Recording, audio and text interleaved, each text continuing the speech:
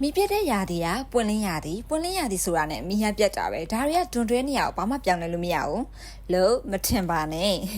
မိပြတဲ့ချိန်တိုင်းဟန်စမပြတ်ပဲပုံမှန်အတိုင်းလေပတ်နိုင်မှုဆိုရင်အခုချိန်မှာအလိုအဆုံးຢာဆိုဘာဖြစ်မလဲဆိုရင်တော့ solar battery inverter တွေပါပဲเนาะကဲအခုလိုကာလမှာလူချင်းမင်းတို့ရော solar battery inverter တွေဘေးမှာစိတ်ချယုံကြည်စွာနဲ့ရွေးချယ်ဝယ်ယူရမလဲစဉ်းစားရခက်နေတယ်မဟုတ်လားဒါဆိုရင်ဒီဗီဒီယိုလေးကိုအဆုံးထိကြည့်သွားပြီပါနော်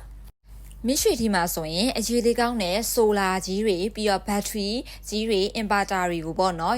အာမခံဆက်အပြည့်နဲ့ရောင်းချပေးနေတဲ့အပြင်လူချင်းမင်းတို့ရဲ့လုပ်ငန်းမှာအသုံးပြုမဲ့ဝက်ဆွဲအားတွေပေါ်မူတည်ပြီးတော့တွက်ချက်တာတွေလုပ်ပေးတယ်ပြီးတော့တီနီယာတွေပေါ်မူတည်ပြီးတော့အိမ်ကန်ရာရောက်စာပေးကြီးတွက်ချက်တိုင်းတာပေးတဲ့ပေါ့နော်ပြီးနောက်တစ်ခုကလူချင်းမင်းတို့ရဲ့အိမ်တအိမ်လုံးစားပဲဖြစ်ဖြစ်လုပ်ငန်းတွေမှာပဲဖြစ်ဖြစ်ပေါ့နော်ဆိုလာတွေကိုဘယ်နှချက်သုံးရမလဲအင်ဗာတာဆိုရဲဘယ်လောက်ဝက်တွေသုံးရမလဲဘက်ထရီဆိုလို့ရှိရင်လည်းဘလောက်အိတ်တွေသုံးမှအဆင်ပြေမယ်ပေါ့နော်ဒါတွေကိုသုံးမယ်ဆိုလို့ရှိရင်မန်းကုန်ကြစိတ်တွေကိုလည်း